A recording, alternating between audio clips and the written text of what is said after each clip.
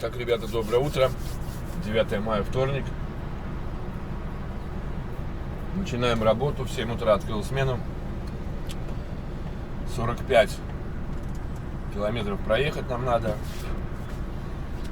Надеюсь, понравилось вам вчерашнее видео со вчерашнего обзора, так сказать, ракурса другого. Ну, стартуем. Друзья мои, отстояли нормалек. Погода замечательная на улице, 14 градусов. Поедем матрасы грузить. Вита сказал, надо там сначала на какую-то весы на какие-то заехать. Все в порядке на зарядке, да? Вроде все. Кофейку попили. В туалет сходили. 80 копеек стоит туалет. И погнали. Наши городских, как говорится. Вчера забыл сказать, кстати, относительно, ребята, в Голландии, относительно использования телефонов мобильных на загрузках, особенно в складах. Вот если висит такая табличка, что телефон нельзя использовать, значит, его нельзя использовать конкретно. Я стоял, ждал, достал телефон, хотел, ну, вот отослать эту самую сообщение в офис, что, ребята, я стою там, ну, что у меня не грузит еще. Отослал. Подходит поляк со мной, ну, рядом грузился, говорит, слушай, осторожней с телефоном. Я говорю, а что такое? Он говорит, блин, 150 евро штрафа заплатил. Я говорю, а за что? Ну, они думают, что ты, типа, тут снимаешь их. Я говорю, блин, во-первых, я не снимаю. Спасибо за информацию, конечно, говорю. Но я не снимаю, я отсылаю в офис информацию о том, что меня не грузят до сих пор. И что значит снимаю? Достал телефон, значит, снял. Ну ладно, спасибо за информацию, я вас тоже информирую. Короче, 150 евро, говорит, его оштрафовали за то, что он пользовался телефоном. А вот, говорит, а если второй раз поймают, то типа нельзя будет сюда заезжать. Говорит, блин, какой-то бред какой-то. Ну, как есть, так есть. Насчет заезжать, что значит не будет заезжать? Говорю, как сказал коллега.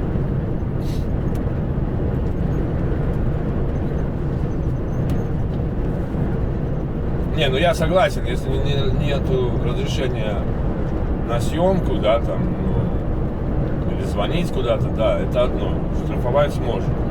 Но почему тут лишать и вообще у меня упал груз, я достал телефон, сфотографировал, как загружена машина. Понимаете, одно дело, ты используешь телефон в рабочих моментах, да, другое дело, ты используешь телефон, ну, реально там, YouTube просматриваешь там, или реально что-то снимаешь. Ну, вообще, мне это место не особо вчера, где грузился, понравилось. Андрей мне предупреждал, что там есть одно, там, толстый немец ходит такой недовольный. Ну, действительно, там такой какой-то, блин, чудак. Слишком себя большим боссом чувствует. Какая-то фигня, к вам приезжают ребята, вы деньги на этом зарабатываете, на том, что они отвозят от вас груз. А вы тут выстебываетесь. Подойди, скажи, объясни. А то я, блин, смотрю, все грузят. Я ж не знаю, что алюминиум, я там первый раз, грузят они. Потому что там аэрбэги, да, там всякие используют. Надо объяснять, где-то должно быть написано, или там на ресепшене говорить. Я начинаю, как она включается, я же не знаю тоже. Как раз там надо карточку поднести эту специальную куда-то там, чтобы она включилась, тогда можно грузить. Но алюминиум в моем случае грузят они. Ну, хорошо. Мне это никто не говорит. Я стою, жду. Потом начинаю понимать, что что-то не то.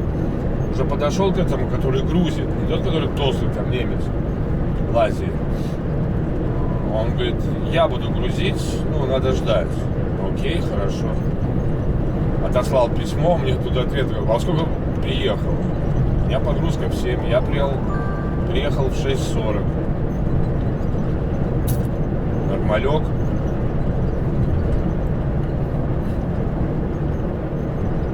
все. Что это я еще хотел сказать?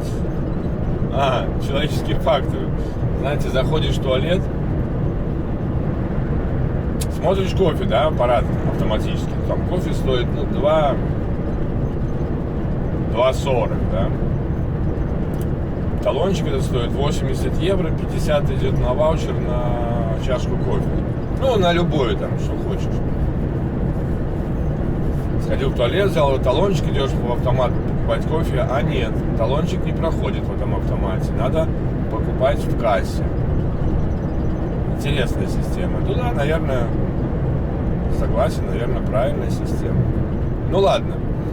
А в кассе кофе уже стоит не 2,40, а 2,80. Так что вот так учтите, такой человеческий фактор срабатывает, чтобы не ты не выбросил 80-50 на ветер, покупаешь 3 раза дорогой кофе. Не в 3 раза, а 50 или 2,50 за 2 евро ты покупаешь кофе, за евро 80.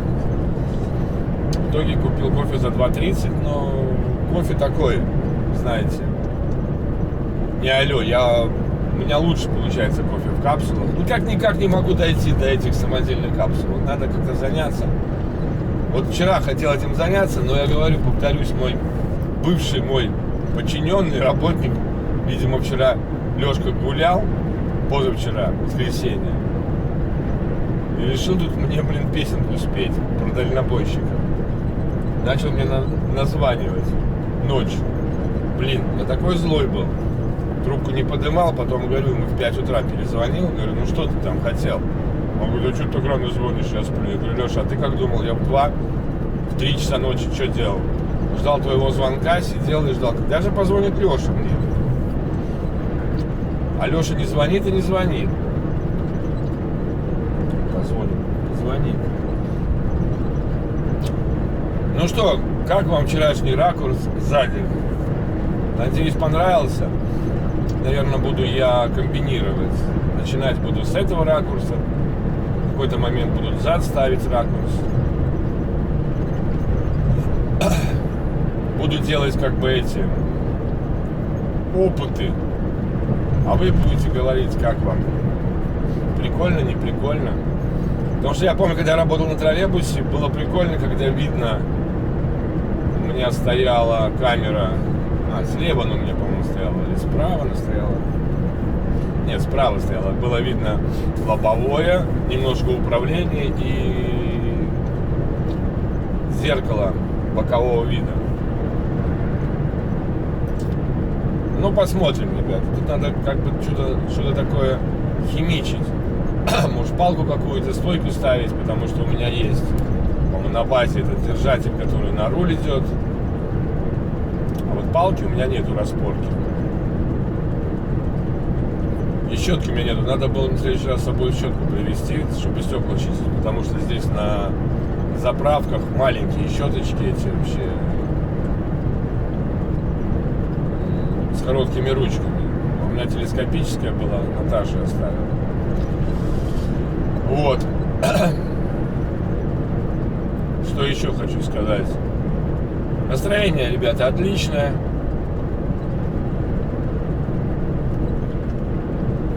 Работаем, идет 7-я неделя. Мониторю, билеты на ферри. Билеты не падают. Походу, я не ту неделю выбрал для возврата домой. Потому что, вот смотрите, какая с правой стороны красивая поляна. Это тюльпаны, походу, голландские, выращивают. Уже вот растут.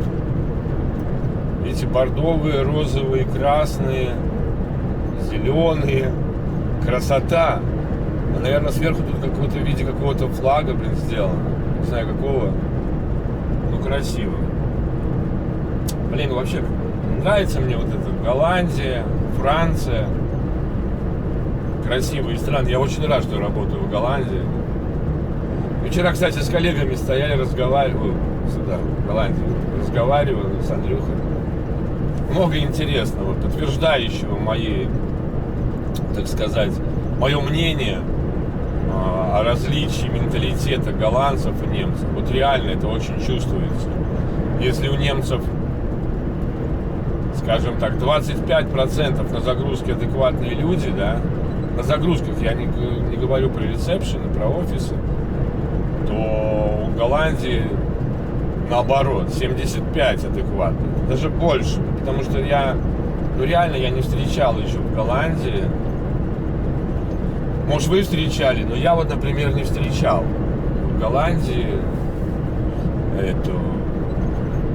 отношение плохое людей, коллег, вот к нам, к водителям, вот реально. Я вот не могу вспомнить. Не, по-моему, в одном месте что-то там какой-то был недоволен. Мало ли там один из голландцев, которые были там, какой-то недовольный он был. Фиг знает, мало ли ему что-то случилось у него. Я где-то это обращал внимание, в каком-то видео говорил об этом. Как-то так. Но я вот думаю, что сегодня у меня должен получиться, если все пойдет без задержек, а я же не могу без задержек, у меня же, всегда какая-то фигня происходит. Я же, если где нужно какие-то приключения, то это ко мне, так скажем. Вот желтые тюльпаны, розовые тюльпаны, целые поля, ребята, то это ко мне. Если где-то нужна задержка, то там буду я. Если где-то что-то сломается, там буду я. Если где-то какая-то проверка, там буду я.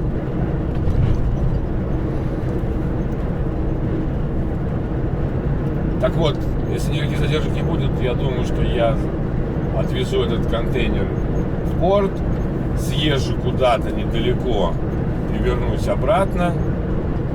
И потом возьму контейнер, тогда уже поеду на завтрашнюю погрузку. Либо выгрузку. Вот мне вот так кажется, так будет. Потому что я думаю, вчера Андрюха вот так же у него было. Потому что когда я выезжал из порта после паузы, смотрю, Андрюха уже стоит. Андрюха — это Андрей. Если смотришь, Андрей, привет тебе. Это тот мой наставник, который меня стажировал на контейнерах. Вот, он из Румынии, у него перфектный инглиш. Есть к чему стремиться. Но в последнее время я как-то расслабился, начал общаться много с русскоговорящими ребятами. Потому что как-то получается, что поляки, они как-то мало работают, ты их встречаешь на базе только один раз в неделю. Потому что именно в ту неделю они уже домой уезжают, они работают 2 через одну. Единственное, Роланд там побольше работает такой. Здоровый такой поляк, бывший военный, он байкер. Да, вот с ним по-английски разговариваешь. Ну и знаете, поймал себя на мысли, что, как вам сказать, работа на контейнерах отличается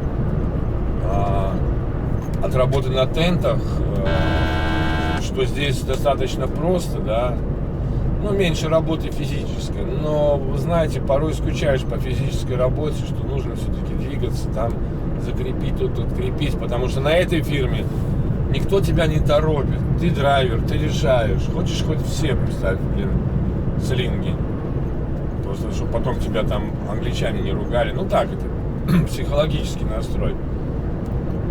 Но открывать, закрывать шторы, там, подмести, хотя здесь тоже никто не запрещает подметать, и я подметаю при удобном случае, щетка-то есть, все есть, что надо.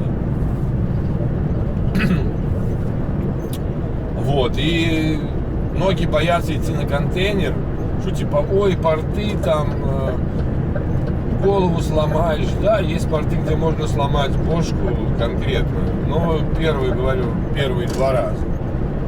Потом ты понимаешь эту систему, схему, вот, и все становится на свои места. Работаешь в нормальном режиме. Но короткие переходы, потому что контейнера в основном своем, они для того и нужны, чтобы у тебя был короткий переход, чтобы ты за один переход добрался до места, так сказать, выгрузки. Не выгрузки, а смены контейнера, сдачи контейнера. Потому что в контейнерах грузы частенько, что там скрывать, бывают достаточно дорогие. Но это всем известный факт, я не открываю ничего нового. И И поэтому рекомендация всегда постараться за один переход. Но если у вас не получается за один переход, то использовать, конечно, этот бронезамок, бульдог так называемый. И смотреть, чтобы не вскрыли контейнер. И стоять в зависимости от груза на различных паркингах. Здесь в Голландии я сейчас стал замечать достаточно много паркингов с видеокамерой. Даже вроде кажется простой паркинг. Справа-слева стоишь не в елочке, а боком, и то видеокамера. Вот когда я там стоял в пятницу, с четверга на пятницу, по-моему, да, на таком паркинге. А на тентах все-таки переходы более интересные, более длительные.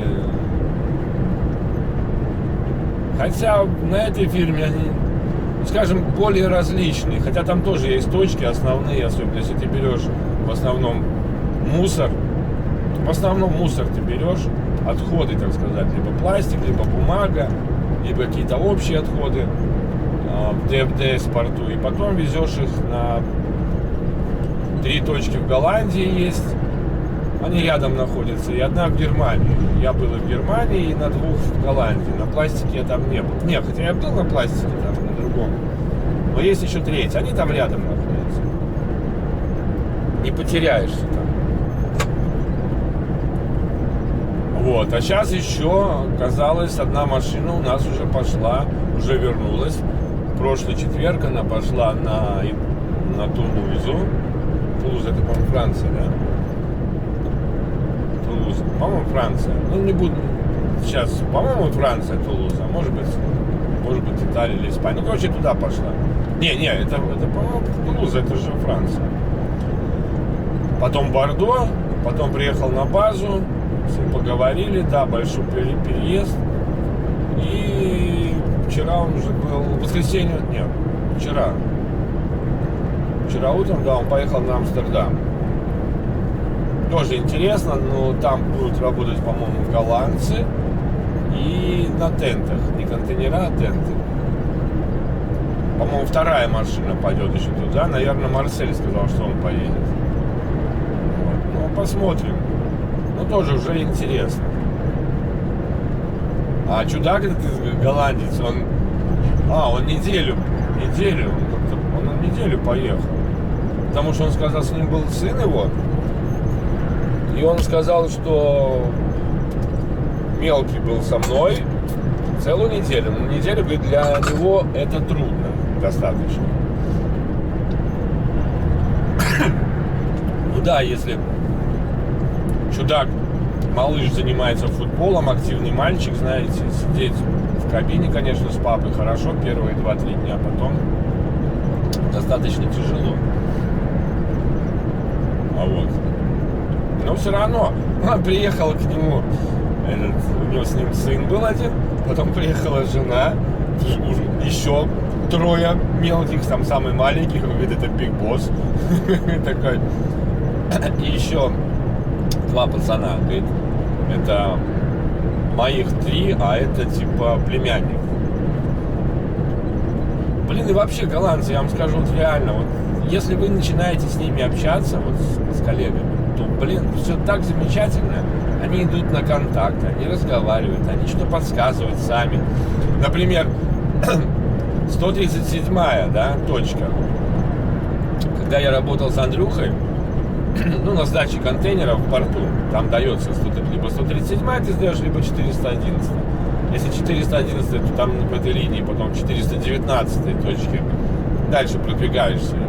Забираешь контейнер, то когда дают 137-ю, якобы, ты должен ехать на 419-ю и там брать контейнер. И если вы не знаете систему, то так и будете делать. Сначала стоите в очередь 137-й, сдадите контейнер и поедете стоять в очередь 419.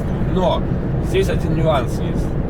Можно показать водителю кальмара, ну, как знаете, показывает смена, да, там, пальцами вокруг. И он говорит, вот, давай на 139-ю. И тогда буквально 10 метров, ну, сдал, проехал, остановился и ждешь, смотришь, как там двери вылазят. С какой стороны. Так вот, Витас, например, не знал об этом. почему-то. Я ему хотел спросить, но голландец опередил. Он ему говорит на базе: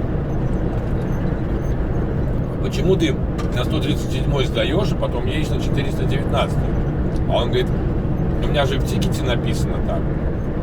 А он говорит: фигня это. Тебе главное сдать контейнер на точке, на той, которая указана. А забирать контейнер ты можешь в любом месте. В любом месте, в любой точке. Он говорит: в смысле? Ну просто покажи этому драйверу, что хочешь обмен возможно здесь, он тебя здесь же загрузит. Он говорит, не говорит ему: вот смотри, вот 88-я машина, это типа моя, а я стоял рядом. Я говорю: да, это моя. Он говорит: ну, правильно делает. Он сдает контейнер и тут же забирает. Говорит: я вот видел, что он так делает, это правильно. А ты потом зачем-то время тратишь, едешь по кругу, туда там стоишь в очереди. Витас говорит: я что-то не понял. Говорю: ну я объяснил, Витас, говорю, вот такая вот система. Тебе что, не говорил Андрей? Говорит: я не помню. Ну, по-моему, Витасу трудно шло тогда, у него какие-то мысли в голове летали. Как Андрюха говорит, что он ему говорит, тот говорит: yes, I know. Yes, no problem. А потом опять тот же самый вопрос задает. То есть, ну, это нормальное состояние людей, которых обучают не на их родном языке, вот, и волнение. Так сказать. Я говорю: Витас, попробуй, увидишь, это очень легко, а зачем ехать туда? А там большая очередь, и начинаются там какие-то проблемы. Я видел очень много драйверов, которые приезжают с пустыми платформами, да, за контейнером. И я подозреваю, что основная часть из них идет 137 точки. То есть, я к чему это говорю? Что коллеги голландцы сами идут на контакт и подсказывают. Вот вчера, например, тоже у меня с бумагами надавала кучу бумаг. Я привык, что все бумаги я кладу в контейнер. Оставляю себе только ЦМР. А в рекомендациях по загрузке написано: все бумаги, да, оригиналы в контейнер. А нам нужно только фотографии. Даже про семерку ничего не сказано, что надо с собой брать. Единственное, Эрику отсылаешь фотографию ЦМРки и сдаешь ее после погрузки. Ой, после выгрузки. Сейчас секунду. Ой, спасибо. Вот, я говорю: Марсель, блин, она мне давала вот этот пакет типа в контейнер, этот с собой. Он говорит: не так. И начинает мне говорить: вот это в контейнер, это с собой. Я говорю: Мэрен, это зачем мне с собой? Нужно быть в контейнере. Короче, объяснял, меня еще больше запутал. Я, говорю, позвонил Андрюхе, он говорит: так, говорит, все бумаги клади в контейнер, оставь себе только ЦМРку. И не забудь делать фотографии. И то, Андрей не делает фотографии всех листов, там бы, блин, надо было, так скажу, так, 4 плюс 4, 8, плюс еще 3, 11, плюс фотография сил и контейнера, пломбы и контейнер. Ну, я так и сделал по своей привычке. Не было еще никогда таких проблем, что-то с бумагой. Потому что основная бумага для нашей компании, для Эрика, это ЦМР. Если она есть, то это хорошо. Ну и фотография годится достаточно. Мы когда приезжаем на базу, мы сдаем этот пакет своих документов, туда кладем Эрику на стол, чтобы он там, бухгалтер вводит там эти данные. Это как бы подтверждение того, что ты прислал фотографии. Ну, бывает, что нету ЦМРки. Ну, на контейнерах это редко, это обычно, если ты берешь контейнер, например, я еще ни разу не брал полный контейнер, но вот если ты берешь контейнер, и внутри только одна ЦМР, тогда даже я не знаю, что надо делать, выписывать свою ЦМРку, надо будет спросить просто, если будет такой вариант. Может быть, надо свою ЦМРку выписывать, чтобы они там штамп поставили. Все может быть. Но фотографию по-любому надо. Ну а здесь, как Витас сказал, что заезжаешь на весы, потом выезжаешь с весов, потом на ресепшн, и там передвижная эта рампа, они подставляют зад и грузят матрас. Ну да, эта фирма так и называется, какая-то матрас.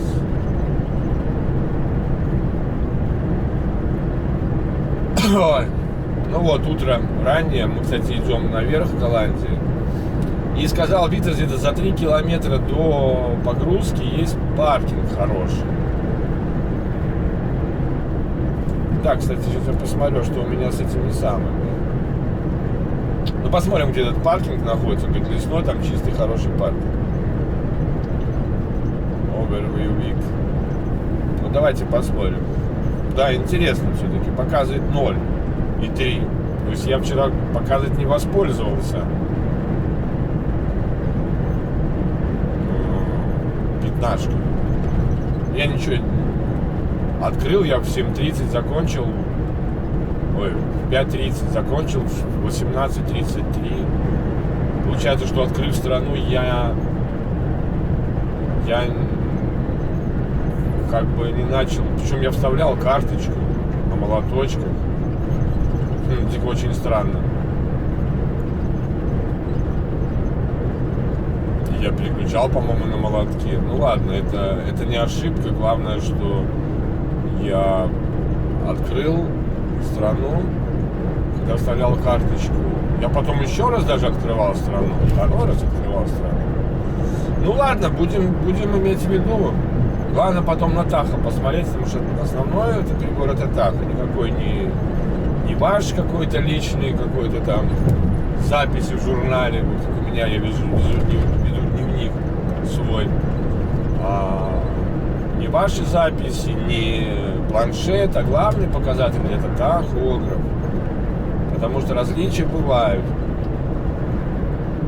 Я с этим сталкивался, даже на этой фирме смотрел по этому самому планшету, что у меня еще есть время, чтобы не затронуть пятнашку. Оказалось, нет. Что-то я забыл смотреть на тахограф. Все-таки тахограф, хоть они синхронизированы, но рабочее время тут бывает показывают по-разному. Ну, на данный момент все в порядке, но я вот потом посмотрю по этому самому, по менюшке, сколько у меня там пятнашек и сколько у меня этих осталось. Что я там... я распечатку сделал, надо посмотреть, сколько я стоял на этой самой еще, на базе в ожидании. Ну, 3 часа я вряд ли стоял, хотя, может быть, и 3 часа я там простоял на загрузке в Германии. Вот тоже там рисковал, ну как рисковал? Ну я же не грузил.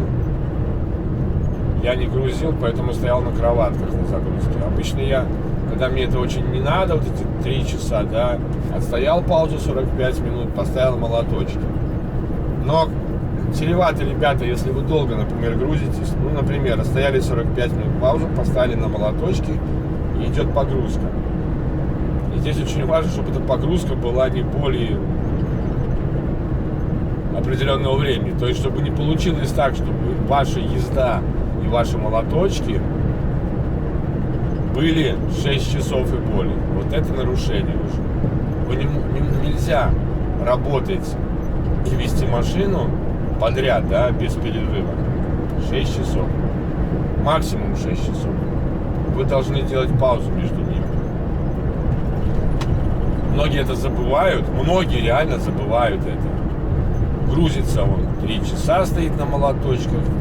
И потом едет по полной, говорит, я потом рвану, 4 часа проеду. Я говорю, подожди, дружище, у тебя же, будет проблема. Какая проблема? Я говорю, какая проблема? Ты не должен это делать 6 часов подряд. В смысле не должен? Ну, я говорю, ребята, РТО надо все-таки как-то, помнить основные пункты. Ты не можешь работать подряд более чем 6 часов. Все. Ну, так я же, говорит, не работал 6 часов. Я говорю, работа – это не молоточки. Работа – это все, кроме кроватки. Конверт, молотки и вождение – это работа. Понимаешь, ты должен делать паузу. Ладно, если там конвертом посмотрят, но если у тебя молотки и вождение, ты, например, отработал 2 часа ты отработал и 4:10 ты едешь. Это нарушение. Да, я говорю, конечно. Я не хочу сказать что-то плохого, но я поражаюсь другой раз, что некоторые драйвера опытные даже не знают, что такое 3+9. Они не понимают, что это такое. У меня нету такого понятия, у меня либо 15, либо 13. Да, у тебя такое есть, но поверь мне, вот эта ситуация, она может иногда тебе помочь. Ты, например, знаешь, что у тебя больше нету пятнашек, а тебе нужно на базу. Ты хочешь на базу, там, я не знаю. И ты понимаешь, что у тебя не хватает времени. Но при этом ты отстоял на кроватке 3,5 часа. Я говорю, понимаешь, 3,5 часа ты можешь смело работать 15 часов. Как я могу, у меня закончились? Я говорю, послушай меня. 3+9 будет засчитано как 13 часов, но ты можешь работать 15 часов. Не может такого быть. И вот как таким доказывать? Ну, не может, значит, стой ночью, а не на базу поедешь. Стой в лесу. Как тебе объяснить? Я говорю, а поедешь, у тебя никакого нарушения не будет. Тебе будет зачитано нормальный рабочий день с нормальным отдыхом. Сейчас на ютубе недавно было видео, какая-то вообще непонятный диспетчер орет на водителя в Гиртеке. Я тебе разрешала, почему ты стоишь там 9:30, что ты, и там матом на него. Девушка, вы что, больная, что ли? Что значит ты разрешала? Ты кто такая вообще, разрешать? Это водитель решает, сколько ему стоять. И вообще, откуда вы взяли 9 часов, должен отдыхать, стоять водитель. Водитель отдыхать может не менее 9 часов. Не стоять, а отдыхать.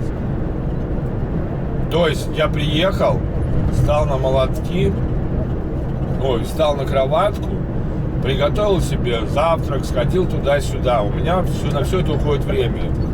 И через 2,5 часа я лег отдыхать. И что? За час до отъезда я встаю.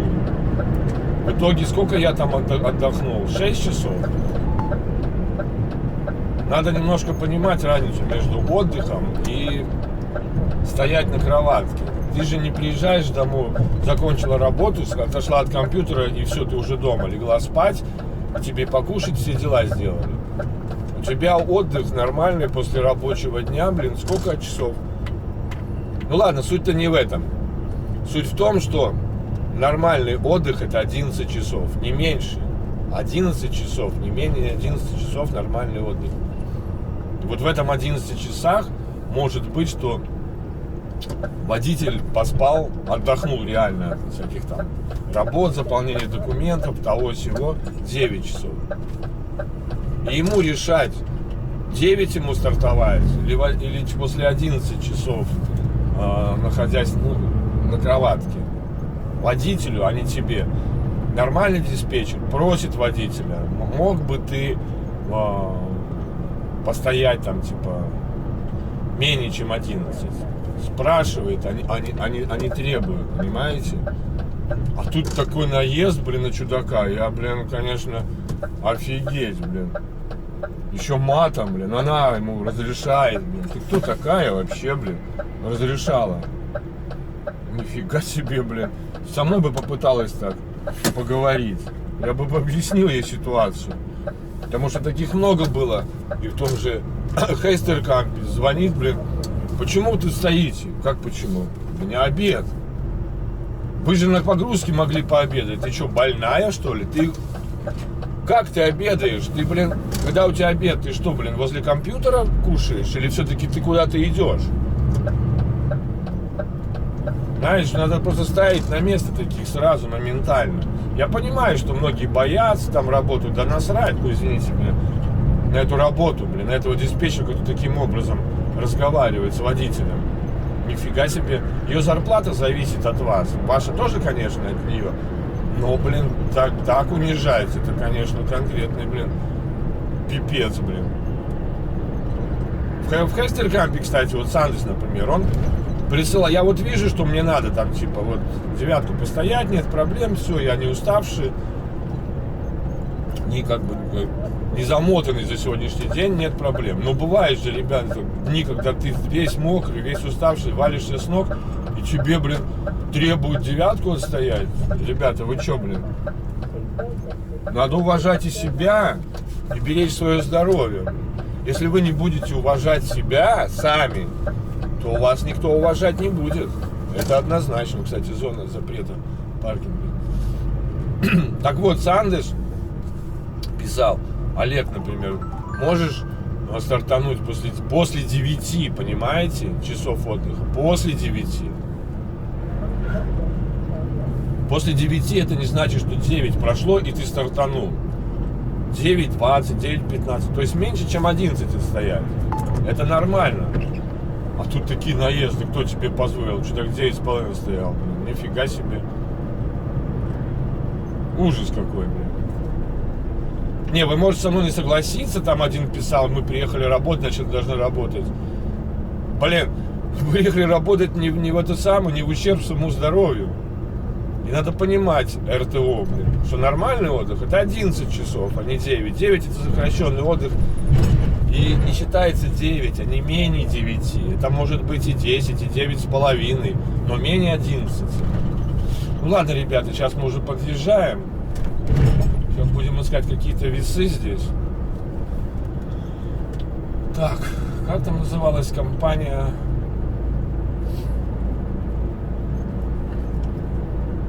Ретор Матрас.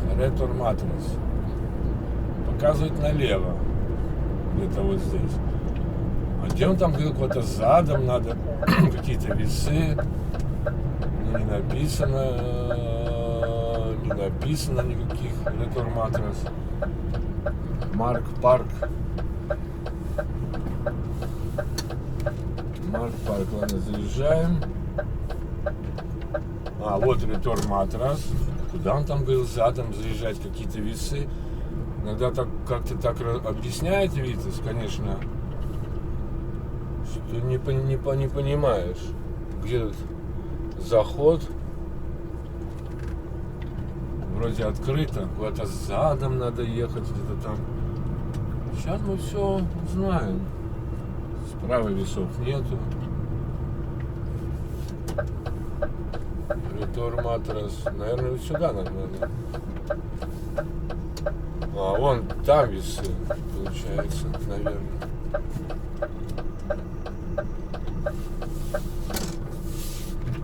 Так получается, я не понимаю.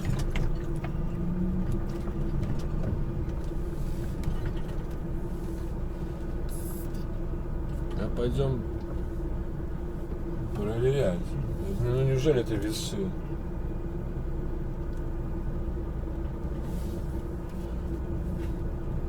Интересно.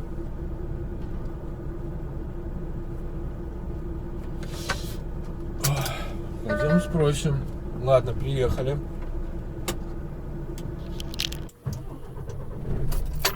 Все просто. Говорит, заезжаешь на весы, потом задом на 3-ю рамку. Какая из них 3-я, пока не знаю. Говорю, сколько на весах стоять? Он говорит, посчитай 1, 2, 3. 4, 5, 6, 7, 8, 9, 10. And that's all. Okay.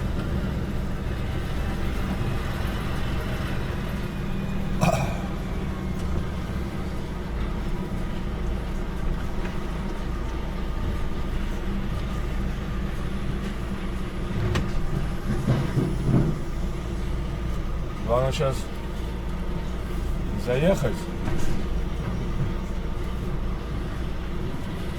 чтобы не упасть.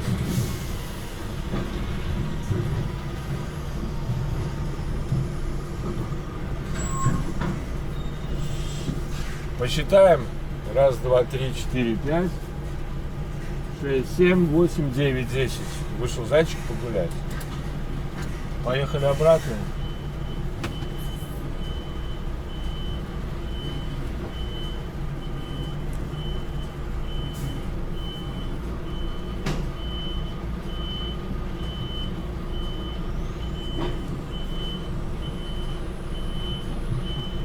Конечно, тут такие надо больше брать, наверное, в сторону.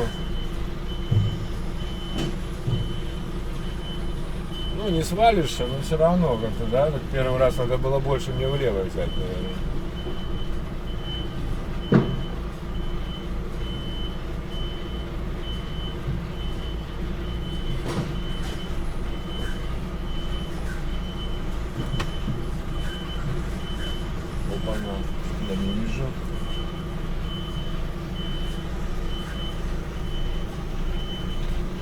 быть, надо будет задом заезжать, как я понимаю.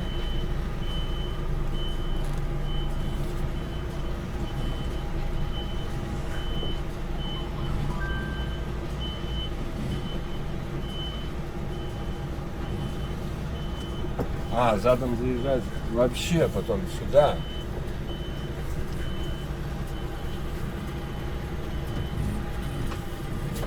Я не вижу, где он там стоит.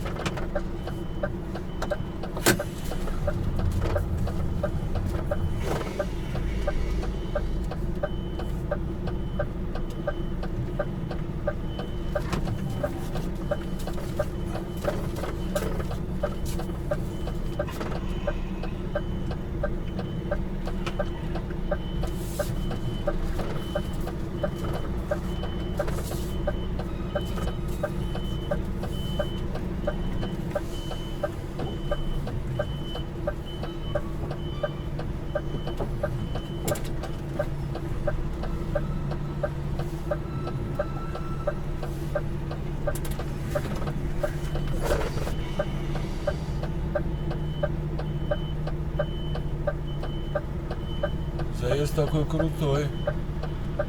Даже не могу понять, куда я. Столбиков этих особо не вижу.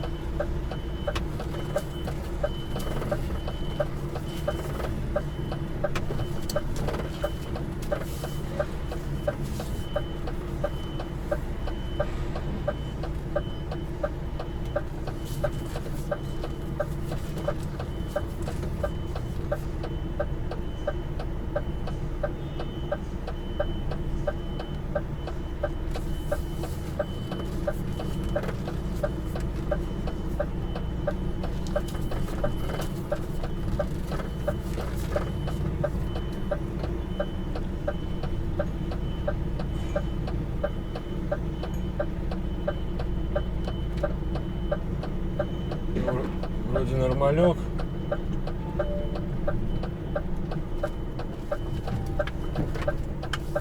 Мар?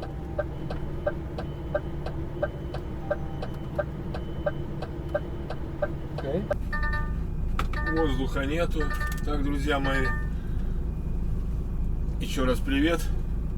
Загрузили меня поролоном для матрасов. Здесь ощущение, что перерабатывающая фабрика матрасная.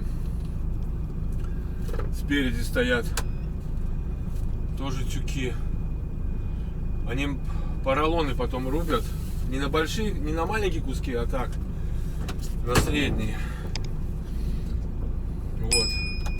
Отправляют в Англию. Там, наверное, до конца их дезинфицируют и потом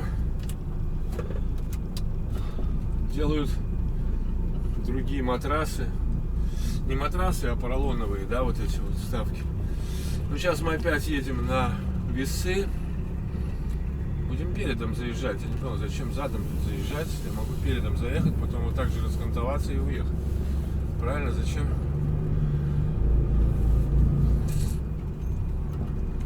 Витас говорит, потом задом, а зачем задом? Сейчас мы заедем обратно на Вясики.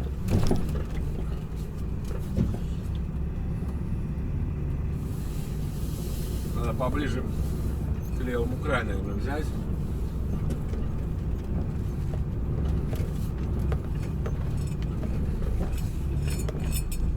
Чтобы было все красиво, так скажем.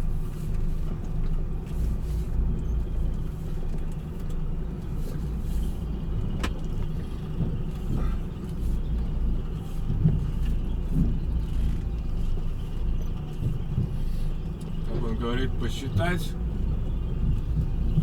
до 10. Приехали, раз, два, три, четыре, пять, и вышел зайчик погулять. Раз, два, три, четыре, пять, и вышел зайчик погулять. Поехали обратно.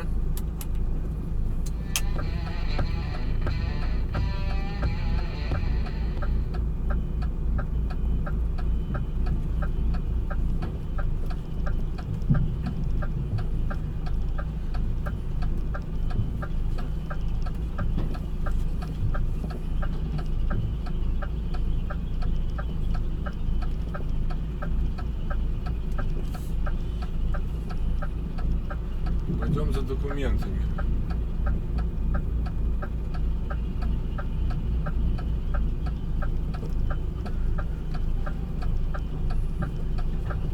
Там-то я уже... Я не знаю, Витас, по-моему, задом, говорит, надо заезжать. Я не знаю, зачем задом, если можно все сделать спокойно передом. Заехал, выехал, заехал, выехал.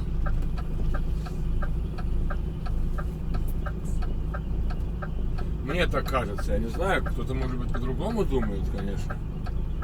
Мне кажется, так проще. Сейчас я сюда раскантуюсь.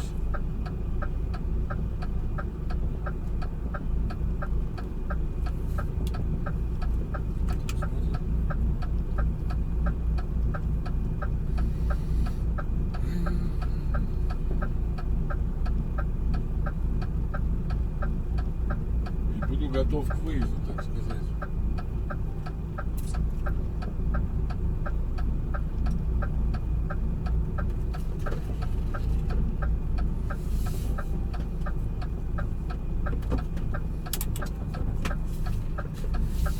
Сейчас вот сюда заеду передом.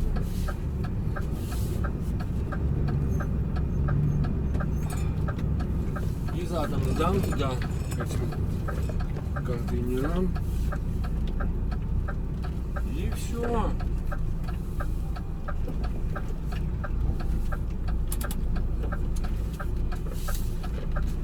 Надо выбирать легкие пути. Жизнь нам и так как бы преподает не уроки, а задачи. Так, сейчас встану и потом пойду получать документы. А весы мы освободили, кто-то заедет сейчас на весы. Витас говорит, надо сразу выезжать. Ну, нормальный парень, но немножко суетливый. Что значит нормально выезжать? Я, например, никогда никого не тороплю. Спокойно сделал свое дело. И, как говорится, гуляй смело, правильно? Так же самое и я должен сделать свое дело, чтобы потом гулять смело. Я вот сейчас освобождаю место для того, чтобы кому надо, он заедет на весы. И все. И пойду заниматься своими делами. Получать документы. Все просто, ребята. Пойдем получать документы.